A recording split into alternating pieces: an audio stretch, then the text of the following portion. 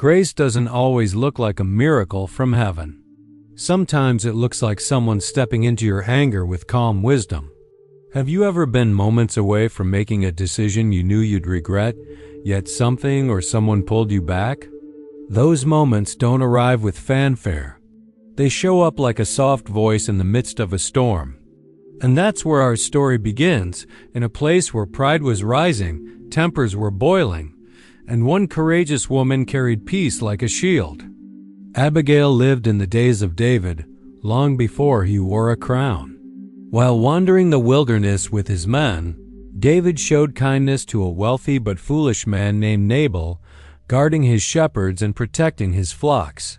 When David later sent messengers to request simple provisions, Nabal responded with insult and arrogance, dismissing David as if he were nothing. Rage flared in David's heart, and he strapped on his sword.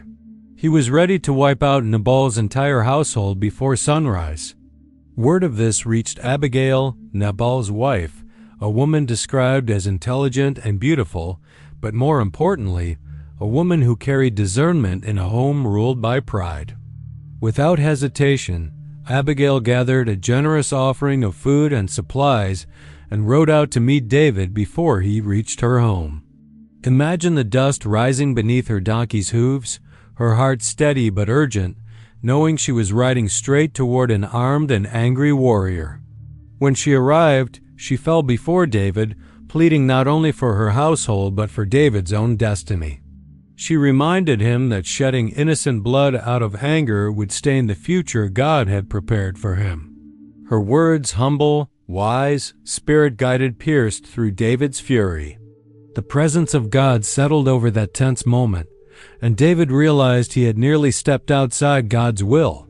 He blessed Abigail for turning him back from destruction he couldn't take back. There's something powerful about a person who can step into tension with the peace of God still governing their heart. Abigail didn't wait for ideal conditions. She acted while the danger was real, while the sword was literally on its way. Her courage teaches us that obedience to God often requires moving while fear is still whispering, but faith speaks louder. She didn't talk herself out of responsibility, and she didn't underestimate the weight of her influence. She simply stepped where God nudged her and let His presence do the rest.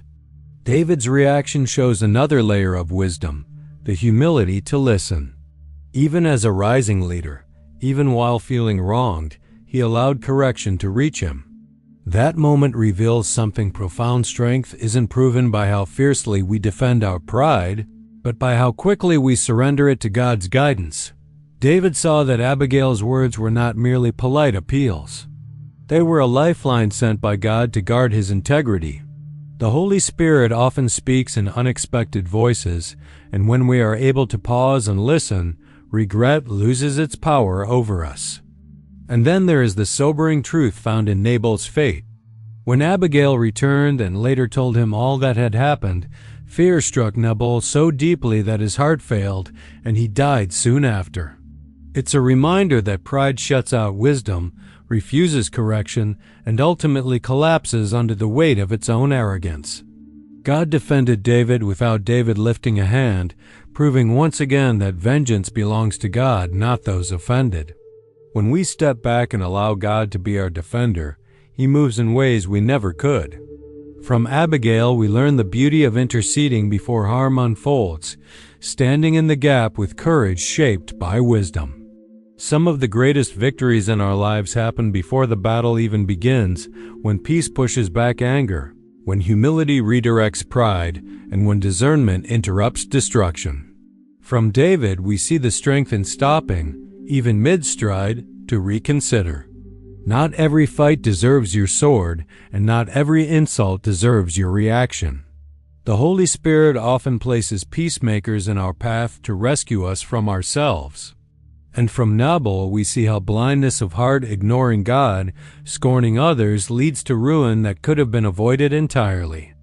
This story invites us to ask, where does God want to use us as peacemakers, even when the situation feels unfair or risky? Who might be rushing toward a mistake God could stop through our courage? And are we humble enough, like David, to receive correction when it comes?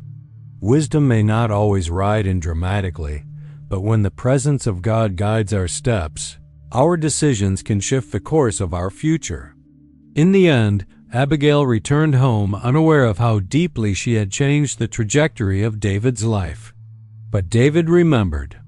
After Nabal's death, he honored her integrity by bringing her into his household as his wife.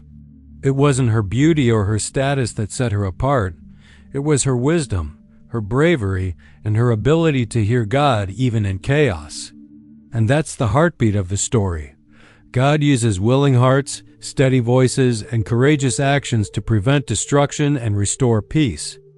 Abigail's story reminds us that God often works through ordinary people at crucial moments, turning potential tragedy into a testimony of His grace. She stepped into conflict carrying peace, and she walked away carrying favor. And today, her life still whispers to ours. When chaos rises, let the presence of God steady your voice. When anger charges forward, let discernment stand in the road. And when the moment comes to choose peace over pride, choose the path that leads not just away from destruction, but toward destiny.